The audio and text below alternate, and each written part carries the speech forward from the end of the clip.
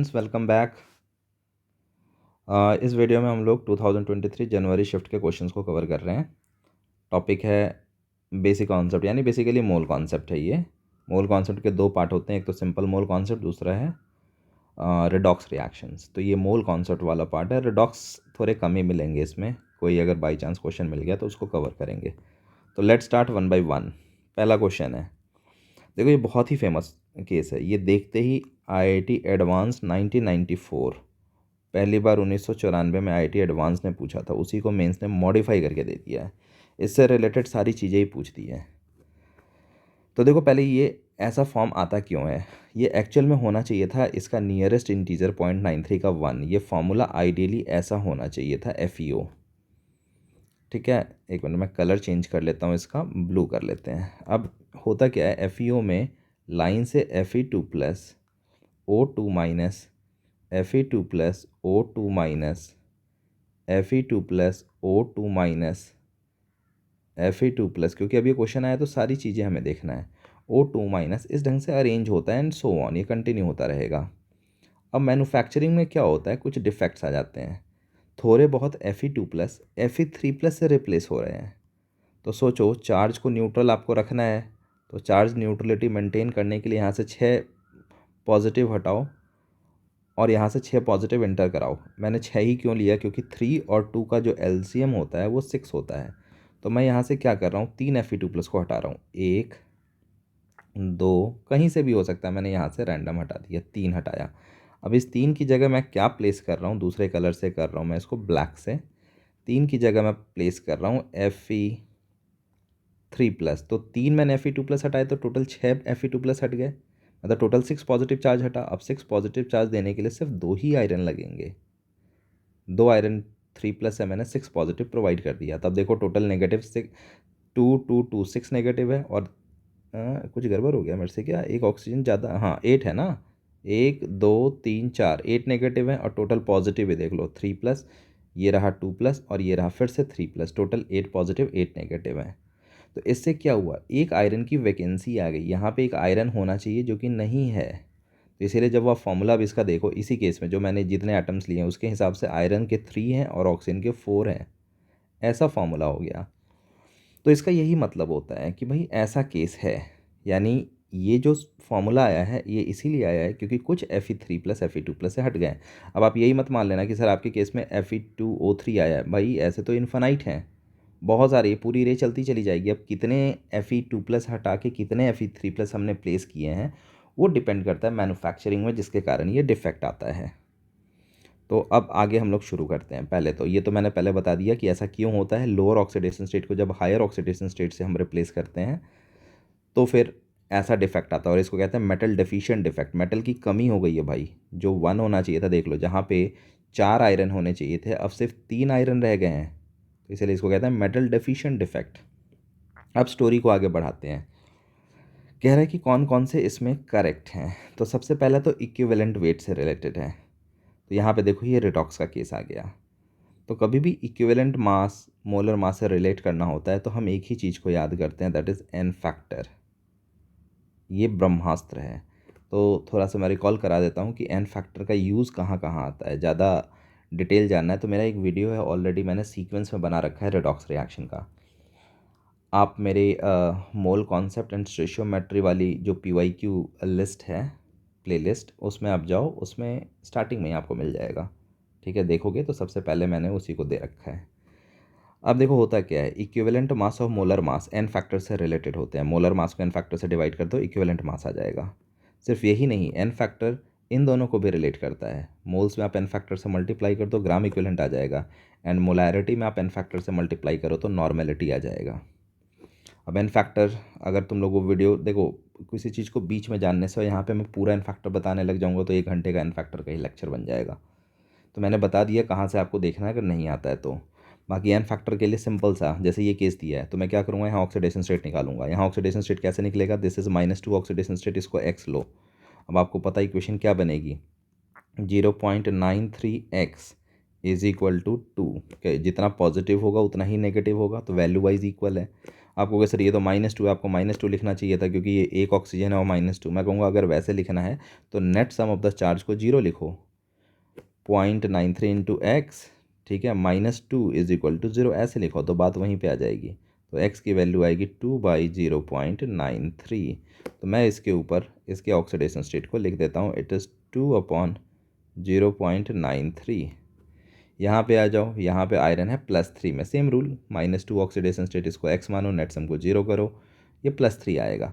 तो difference in oxidation state निकालना है जिसका चेंज हो रहा है, ऑक्सीजन का तो चेंज ही नहीं हो रहा है, यहाँ भी -2 यहाँ भी -2, तो उसको नहीं करो, डिफरेंस निकालो। तो डिफरेंस है 3 माइनस दिस, तो 3 माइनस दिस, ऑलवेज बड़े में से छोटे को माइनस करते हैं। अगर ये बड़ा होता तो इसमें से मैं इसको माइनस कर रहा होता, ठीक है, क्योंकि ये वैल्यू माइनस में नहीं होनी चाहिए।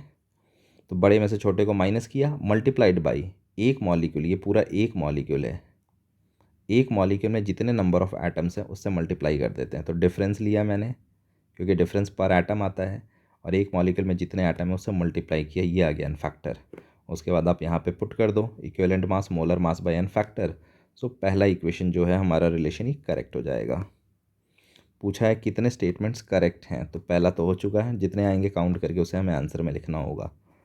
अब नेक्स्ट आते हैं, कह रहा है the number of moles of Fe2+ and Fe3+ in 1 mole of this is this much and this much. कितने नंबर हैं भाई एक मोल्स में, मोल्स के ही टर्म में पूछा है, तो बहुत सिंपल। इसको भी कैसे करना है तो रूल मैं आपको बताता हूँ। मैंने बताया ना कि इस टोटल आयरन में 2+ वाले भी हैं, 3+ वाले भी हैं, तो भाई मैं वहीं से कहानी को शुरू करता हूँ, इतने में इसको सॉल्व करता हूँ। तो अगर Fe 0.93O है तो आप क्या करो, ऐसे लिखो, ऑक्सीजन कितना है O2 माइनस, इसमें ये है 1, और आयरन कितना है Fe, क्योंकि Fe दो तरह के हैं, एक है Fe2+ है और एक Fe3+ है। तो आप कहोगे सर नहीं पता, मैं कहूँगा तो एक काम करो, इसको x लो, और टोटल आयरन है 0.93, ये x हो गया तो ये हो जाएगा 0.93 माइनस एक्स, कहानी ओवर। अब आपको करना क्या है, नेट सम को 0 करना है क्योंकि इलेक्ट्रिकली ये न्यूट्रल है, इसके ऊपर कोई चार्ज नहीं है। तो पता करते हैं कितना टोटल पॉजिटिव है, तो आप कहोगे 2 इंटू एक्स जो Fe2+ से पॉजिटिव आ रहा है, एंड +3 इंटू 0.93 माइनस एक्स, और ये हो गया -2 इज इक्वल टू 0। यहाँ से आप इसको सिंप्लीफाई करोगे तब आपको पता चलेगा। इसने दिया क्या था, हमें निकालना क्या था, इसका एक मोल, तो एक ही मोल मैंने लिया है, उसमें इतने इतने पार्टिकल्स हैं। तो इससे अब x आपको फाइंड करना है, तो 1 मिनट मैं भी इसको सॉल्व कर लेता हूँ। तो यहाँ पे जो वैल्यूज़ आ रही हैं x की 0.79 आ रहा है, 0.79, यानी 2+ वाले की वैल्यू हो गई 0.79, और इसमें पुट कर दो तो 0.14 आ रहा है। तो Fe3+ वाला आएगा 0.14, तो दिस इज़ 0.14 और ये 0.79 मैच कराते हैं। एग्जैक्टली यही वैल्यू दी है, बट 2+ वाला इतना, 3+ वाला दिस मच, तो ये भी करेक्ट हो गया। अब कह रहा है Fe0.93O is metal deficient with lattice comprising the cubic closed pack arrangement of O2 minus. ये तो स्टेटमेंट ही करेक्ट है। देखो कुछ चीज़ें आपको नहीं क्लियर होंगी, जैसे लैटिस वैटिस इग्नोर करो। अभी जैसे मैंने बताया ना कि उसमें हो क्या रहा है, O2 माइनस में मेटल डेफिशिएंट डिफेक्ट बना है। क्यों मेटल डेफिशिएंट हो गया, क्योंकि हायर लोअर ऑक्सीडेशन स्टेट को हायर से आपने रिप्लेस किया, तो उसके कम नंबर ही लगे चार्ज को न्यूट्रल करने के लिए, इसलिए कहीं कहीं वैकेंसी आ गई। तो ये स्टेटमेंट भी करेक्ट। अब कह रहे the percentage composition of Fe2+ and Fe3+ are this and this. तो ये परसेंटेज कॉम्पोजिशन तो हम यहाँ से निकाल सकते हैं, ये मैं वेरीफाई नहीं करूँगा, सिर्फ तरीका बता देता हूँ। आयरन 2+ का नंबर्स हो गया 0.79, तो उसका परसेंटेज होगा 0.79 बाई टोटल 0.93 इंटू 100। तो ये करेक्टली मैच कर रहा है, ये लगभग 85% आ रहा है। तो इसमें all the statements are correct, total 4 हो जाएगा इसमें। Now heading for the next, कह रहे the number of units, 1 minute इसका कलर ब्लू कर देते हैं। The number of units which is use to express the concentration of the solution. देखो कभी भी कॉन्सेंट्रेशन ऑफ सोल्यूशन वर्ड है तो ध्यान रखना ये रेशियो होगा सोल्यूट अपॉन सॉल्वेंट का या सोल्यूट अपॉन सोल्यूशन का, ये रेशियो होगा। अब ये सोल्यूट को आप मोल्स में, वॉल्यूम में, मास में किसी में एक्सप्रेस करो, सिमिलरली सॉल्यूशन को भी आप मोल्स में, वॉल्यूम में, किसी में एक्सप्रेस करो, ये एक रेशियो दिखेगा। तो स्टार्ट करते हैं। मास परसेंटेज, यस ये हो जाएगा, क्योंकि मास परसेंटेज का मतलब मास बाई मास का रिलेशनशिप आएगा, मोल्स नहीं, ये रेशियो नहीं है। ये तो किसी इंडिविजुअल का, जैसे सिर्फ हम सोल्यूट का मोल्स बता सकते हैं, सिर्फ सॉल्वेंट का, इसमें कोई रेशियो नहीं आता है, तो ये नहीं होगा। मोल फ्रैक्शन, यस ये हो जाएगा, क्योंकि इसमें moles of solute by total moles, यानी अगेन रेशियो से डील कर रहा है। मोलैरिटी होगा पीपीएम, पार्ट्स पर मिलियन, ये तो बताता ही है कि भाई टोटल अगर 10⁶ हो, मिलियन का मतलब होता है 10⁶ टोटल है, तो उसमें सोल्यूट कितना ग्राम है, 10⁶ ग्राम में कितना ग्राम सोल्यूट है, या वॉल्यूम के टर्म में तो 10⁶ ml में कितना ml सोल्यूट है। कभी कभी देता है वॉल्यूम में, ज़्यादातर ये मास में होता है, तो ये भी होगा। एंड मोलैलिटी वेल नोन, ये तो होता ही होता है। तो इसीलिए जितना टिक हैं उतने आंसर होंगे, 1 2 3 4 5 हमारा आंसर होगा। Now heading for the next. कह रहा है what is the mass ratio of ethylene glycol, ये दिया हुआ फॉर्मूला इसका, C2H6O2, इसका मोलर मास भी दे दिया। Required for making 500 ml 0.25 molar aqua solution. देखो भाई 500 ग्राम, एक तो ये सोल्यूशन हमें बनाना है और दूसरा ये बनाना है, ये मोलर में है, मोलैरिटी में है, यानी इसमें m लिख दो, मोलैरिटी में है, ये सॉल्यूशन बनाना है। तो इस दो सॉल्यूशन को बनाने के लिए इनके मास का क्या रेशियो होगा, तो पहले हम इस केस में कितना मास लगेगा। तो पहले हम मोलल का मतलब समझते हैं। What is the meaning of molal, इसका यूनिट देखो, मोलल का होता है मोल पर केजी ऑफ सॉल्वेंट, सॉल्वेंट के पर केजी का कितना मोल्स होगा। तो देखो यहाँ पे क्या है, 500 ग्राम मास दिया हुआ है, ये मास सॉल्यूशन का है, तो यहाँ पे एक छोटा सा अप्रॉक्सीमेशन करेंगे। 500 ग्राम है और इसकी मोल्स देखो कितना कम है, 0.25 है मोलल। तो ये इतना कम है, तो मैं मान लूँगा कि ये जो टोटल सॉल्यूशन का मास है ये एक्चुअल में सॉल्वेंट का मास है, क्योंकि सोल्यूट नेग्लिजिबल है। तो मैं ये एक अप्रॉक्सीमेशन लेके चलता हूँ। तो ये बताता है मोलल कि 1 kg में कितना मोल्स है। तो हमें बता रहा है 1 kg, 1 kg का मतलब है 1000 ग्राम में, ये हमें बता रहा है 0.25 मोल्स है, मोल। तो अगर 0.25 मोल्स है 1000 में, तो 500 में कितना होगा, 500, तो इसका आधा हो जाएगा, 0.125 मोल्स, लिख के भूल जाओ। यानी इस केस में जो सोल्यूट के मोल्स हो गए 0.125। अब दूसरे को टारगेट करते हैं। अब इसमें देखो मोलैरिटी है, मोलैरिटी क्या होता है भाई, तो moles per litre of solution, ठीक है ना। 1 लीटर में कितने मोल्स हैं ये हमें बता रहा है। तो ये बता रहे हैं 1 लीटर में 0.25 मोल्स है, तो 250 ml में कितना होगा, तो 1000 ml में 0.25 मोल्स हैं, तो इसलिए 250 ml में कितना मोल्स होगा, इसका 1/4, भाई वॉल्यूम 1/4 हो गया, तो ये भी 1/4, तो आप सीधे कर दो 0.25/4 मोल्स। Story over. अब दोनों जगह हमारे मोल्स आ चुके हैं, तो मास का रेशियो, मोल्स का रेशियो, क्योंकि मास के लिए क्या करना है एडिशनली, इसमें जैसे 0.125 ये मोल्स अगर है तो इनटू मोलर मास। सिमिलरली यहाँ पे ये थोड़ा सा पता नहीं स्टाइलस में कुछ प्रॉब्लम आ रही है, यहाँ पे हो जाएगा 0.25/4 इंटू इसका मोलर मास। बस अब आप इसका रेशियो ले लो, वही हमारा आंसर आया। रेशियो भी बहुत सिंपल है, इसको आप लिख दो 0.25/2। तो जब रेशियो बैठाओगे तो अपने आप रेशियो आ जाएगा, 2 नीचे ये, यानी 2:1 का रेशियो आ जाएगा। Now heading for the next.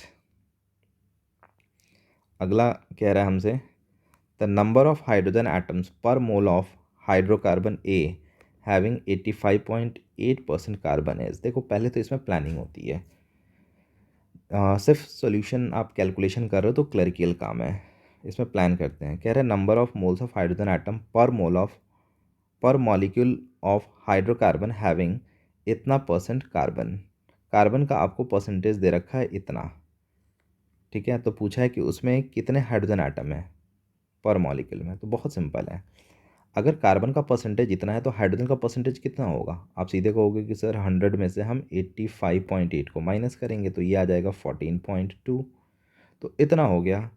तो बस अगर इतना % हाइड्रोजन है तो पता करते हैं, एक मॉलिक्यूल का मास दिया हुआ है, मोलर मास इतना है 84, तो एक मॉलिक्यूल में कितना हाइड्रोजन है, तो इस 84 का इतना % निकालेंगे तो हमें हाइड्रोजन मिल गया, ये मैंने निकाल दिया, ये आ गया 11.92।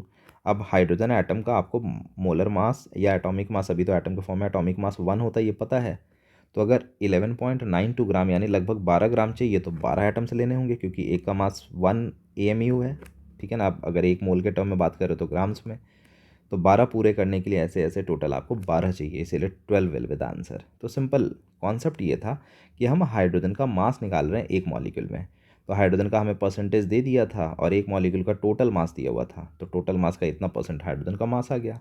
अब हाइड्रोजन का एटॉमिक मास 1 होता है, तो 11.92 यानी 12 पूरा करने के लिए 12 चाहिए। नाउ नेक्स्ट कह रहे हैं when a hydrocarbon A undergoes combustion in air it requires 9.5 equivalent of oxygen and produces 3 equivalent of water, what is the molecular formula of ए।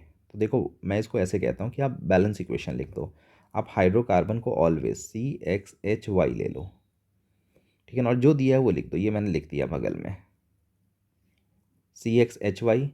अब कह रहा है ऑक्सीजन O2 है 9.5, तो मैंने यहाँ 9.5 लिख दिया, और कह रहा था 3 इक्विवेलेंट ऑफ वाटर है 3 लिख दिया।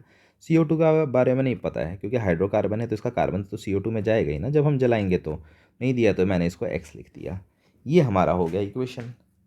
अब बहुत सिंपल है, सबसे पहले हमें पता है इस पूरे केस में जो हाइड्रोजन है वो इससे आ रहा है, तो पहले यहाँ पे हाइड्रोजन का नंबर पता करो, तो 3 2 6, तो हाइड्रोजन का नंबर है 6, तो इसका मतलब है कि वाई हमारा 6 हो गया, तो यहाँ लिखता जा रहा हूँ वाई तो 6 हो गया, तो वाई 6 वाले से कोई हटा तो यस एक ऑप्शन हट गया ये वाला।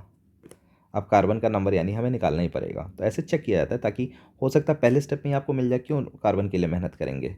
अब कार्बन को हम बैलेंस कराते हैं, तो देखो पहले ऑक्सीजन का नंबर दिया हुआ है इस साइड 9.5 इंटू 2, ऑक्सीजन का नंबर हो गया 9.5 इंटू 2 मतलब कि 19, और इस साइड कितना है, तो यहाँ से आ जाओ, यहाँ पे 1 है ना कोफिशिएंट, तो 3 यहाँ से और 2x यहाँ से, तो ये आ गया इस साइड 3 + 2x, क्योंकि ऑक्सीजन को तो इक्वल रखना है आपको, तो ये कितना हो जाएगा, x की वैल्यू आ गई 8, तो 8 हो गई, तो अब मैं इसको x को 8 कर देता हूँ, तो दिस इज़ 8।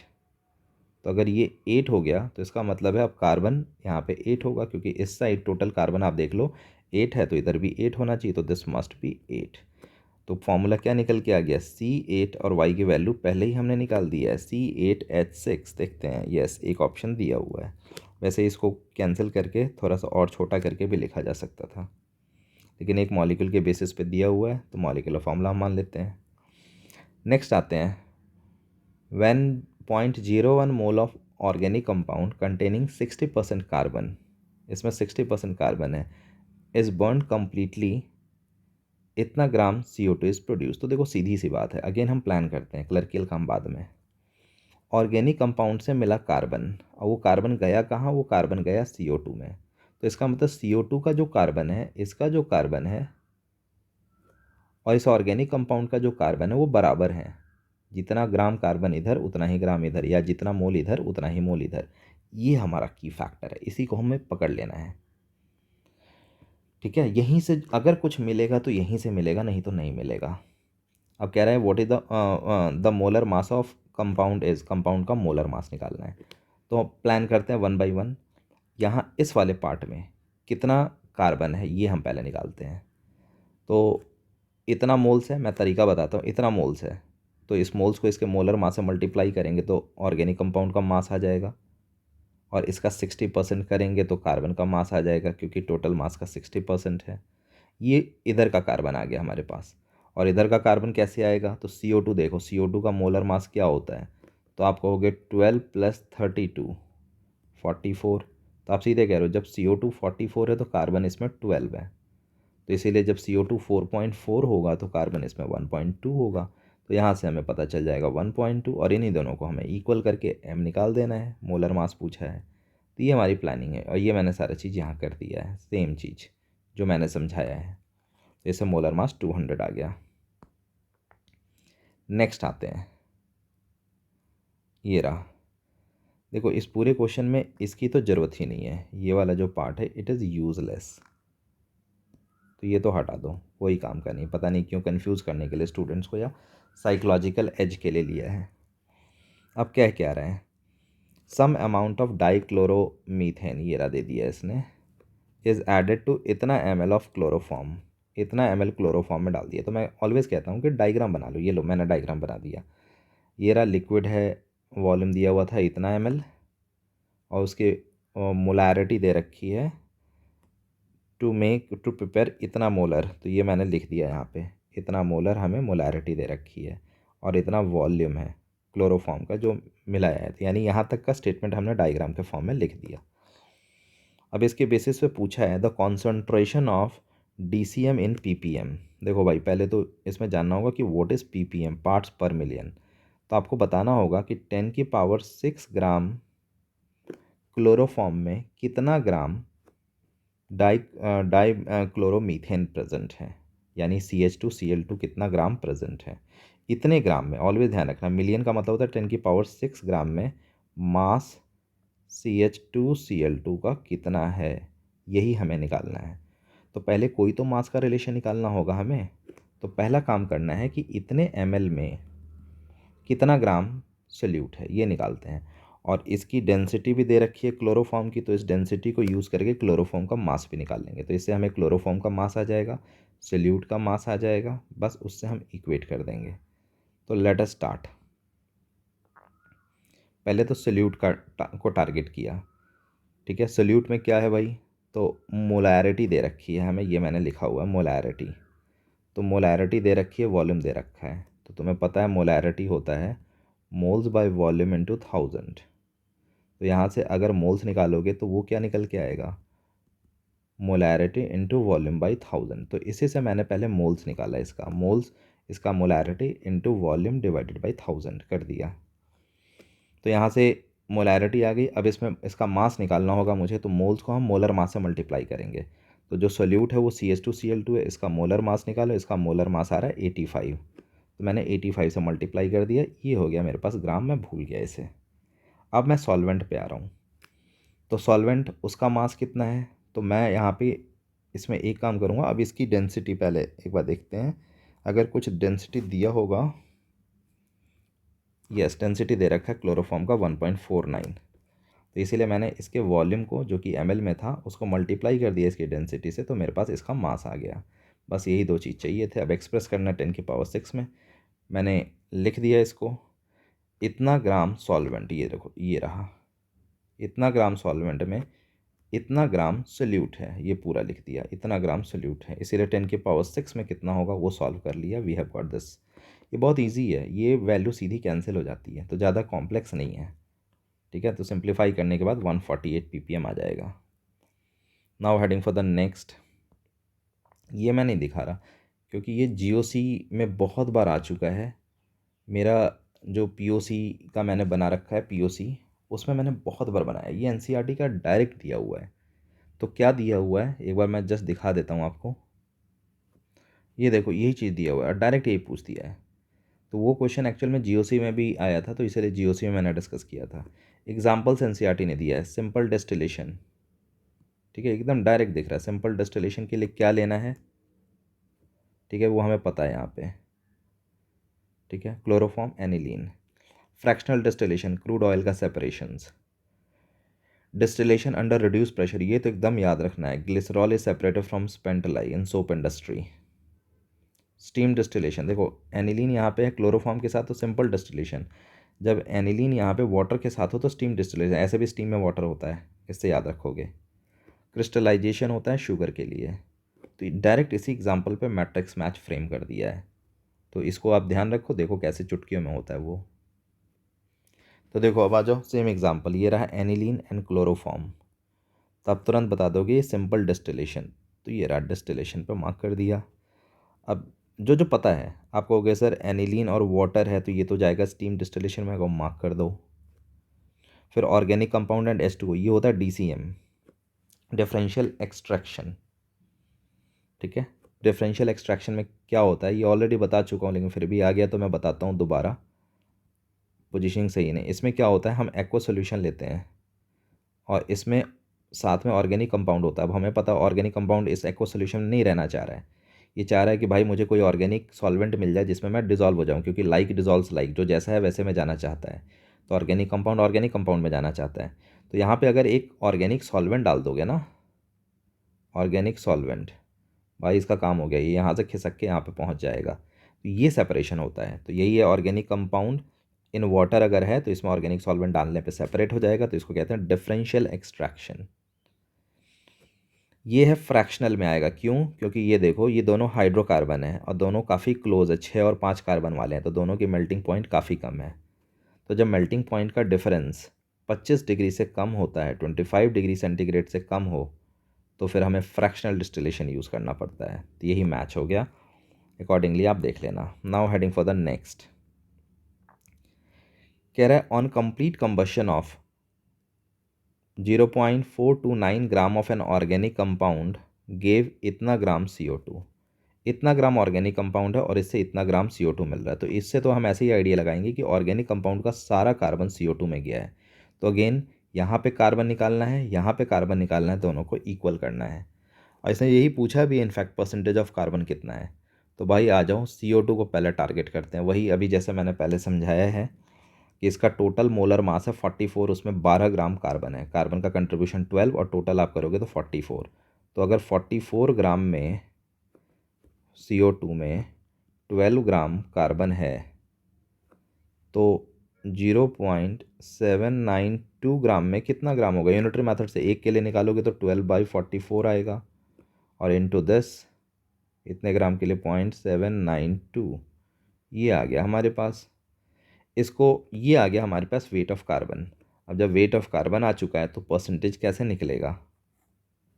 आप सीधे कहोगे कि परसेंटेज कार्बन का mass by total organic compound का मास इंटू 100।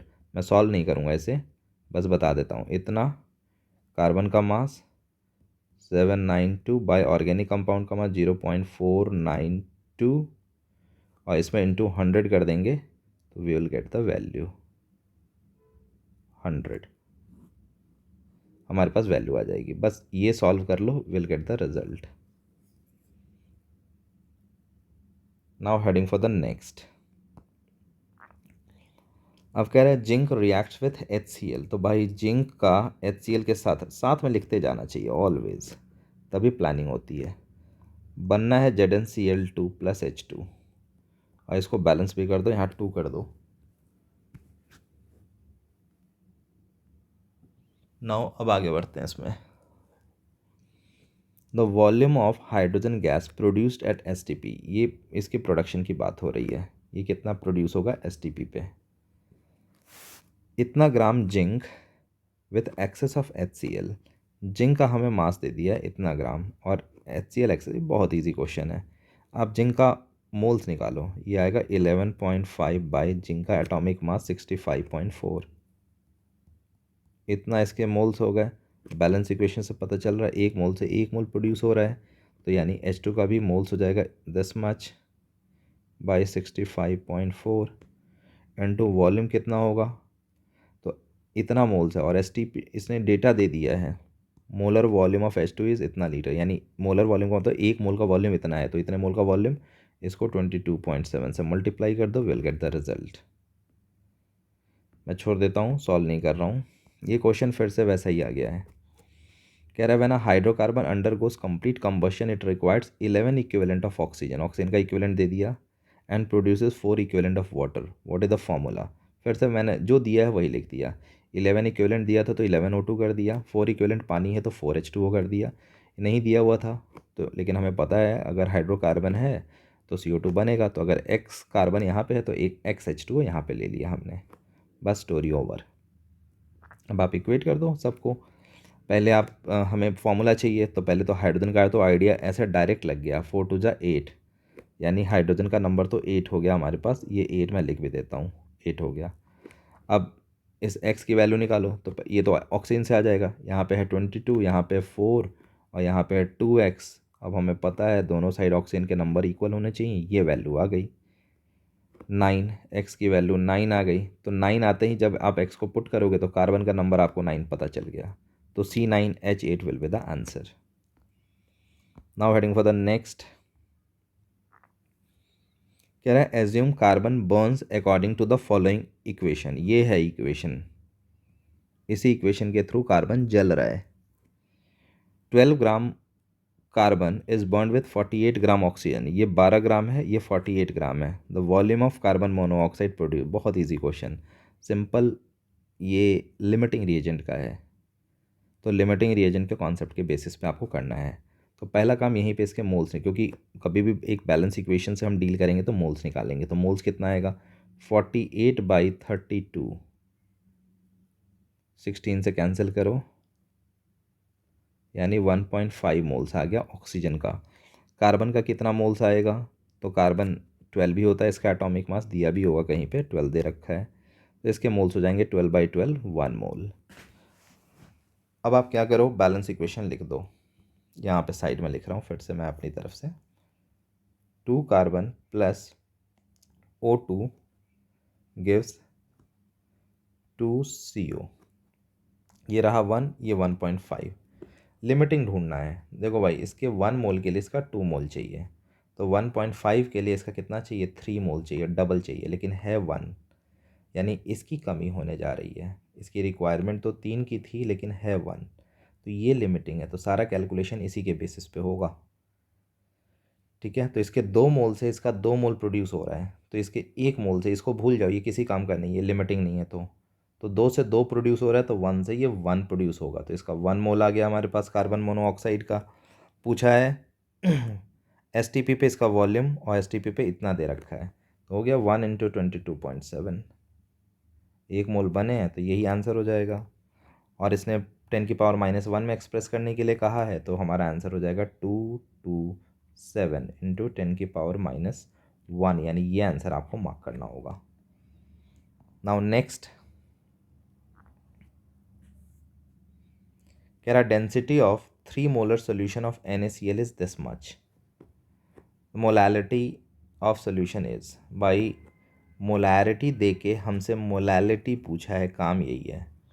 तो कभी भी ऐसा केस आए मोलैरिटी दे के मोलैलिटी पूछे या वाइस वर्सा, तो पहले आप बस उसका डेफिनेशन लिख दो, वहीं से काम हो जाएगा।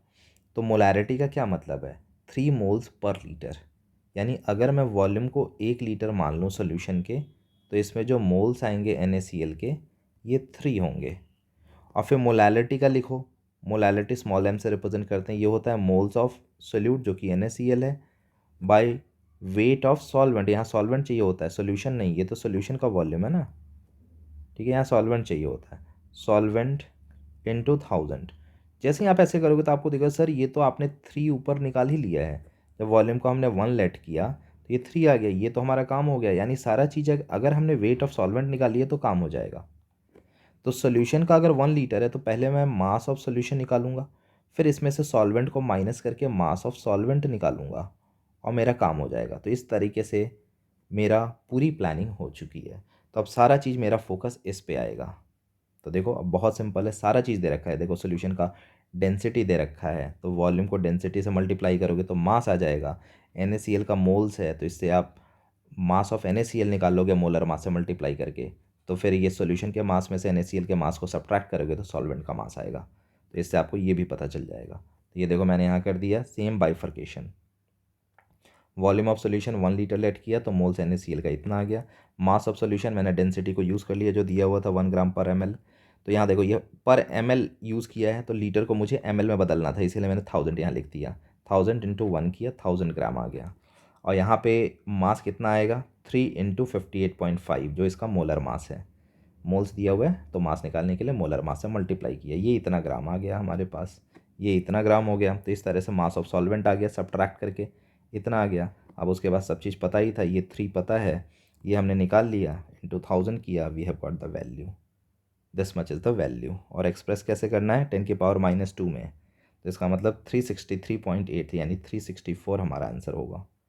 Our answer will be 364। Next and last,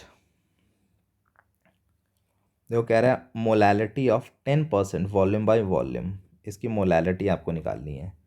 of dibromine in CCl4 is x। ठीक है, तो x की वैल्यू बतानी है इस फॉर्म में एक्सप्रेस करके। तो पहले देखो मोलैलिटी, सब कभी भी ये मिले तो आप इसको लिख लो कि भाई मुझे चाहिए क्या। तो आप कहोगे सर मोल्स ऑफ सोल्यूट चाहिए जो कि Br2 है, मैं कहूँगा अच्छी बात है। बाई फिर आप कहोगे सर वेट ऑफ सॉल्वेंट चाहिए जो कि CCl4 है। अगर सर ये ग्राम में आपने निकाला तो आपको 1000 से मल्टीप्लाई करना होगा क्योंकि यूनिट में पर केजी ऑफ सॉल्वेंट होता है। मैं कहूँगा ठीक है, यानी अब हमें दिख तो गया रास्ता कि मुझे ये और ये निकालना है। तो लेट अस स्टार्ट।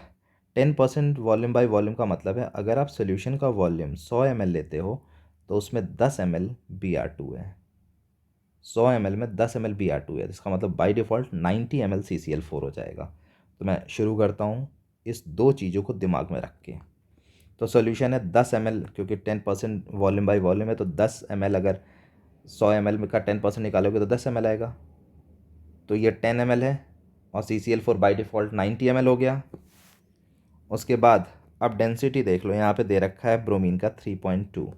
तो मैंने इस वॉल्यूम को डेंसिटी से मल्टीप्लाई किया तो मेरे पास मास आ गया और फिर मास से मैंने मोल्स निकाल लिया, यानी ये पार्ट मैंने ओवर कर दिया। मोल्स के लिए क्या किया, इस मास को इसके जो एटॉमिक इस Br2 है तो मॉलिकुलर मास से मैंने डिवाइड किया।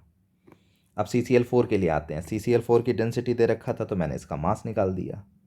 तो बस अब ये भी हमें पता चल गया इसका मास, तो दोनों को पुट किया, आई गॉट द रिजल्ट 139 आ गया।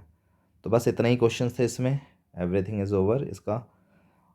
तो thanks for watching, that's all. अच्छे तरह से प्रिपेयर करते रहो ढंग से, और वीडियोस को रेगुलर वॉच करोगे तो चीज़ें दिमाग में सेट हो जाएंगी। इसमें कोई ज़्यादा टफ चीज़ करने की ज़रूरत नहीं होती है। JEE Mains is all about, बहुत वास्ट होता है, सिलेबस थोड़ा सा ज़्यादा है और एनसीईआरटी के लाइन बाय लाइन क्वेश्चन पूछते हैं। तो उससे क्या होता है कि एनसीईआरटी के हर लाइन से कोई क्वेश्चन पूछेगा तो क्वेश्चन किसी लेवल के और टफ बन सकते हैं।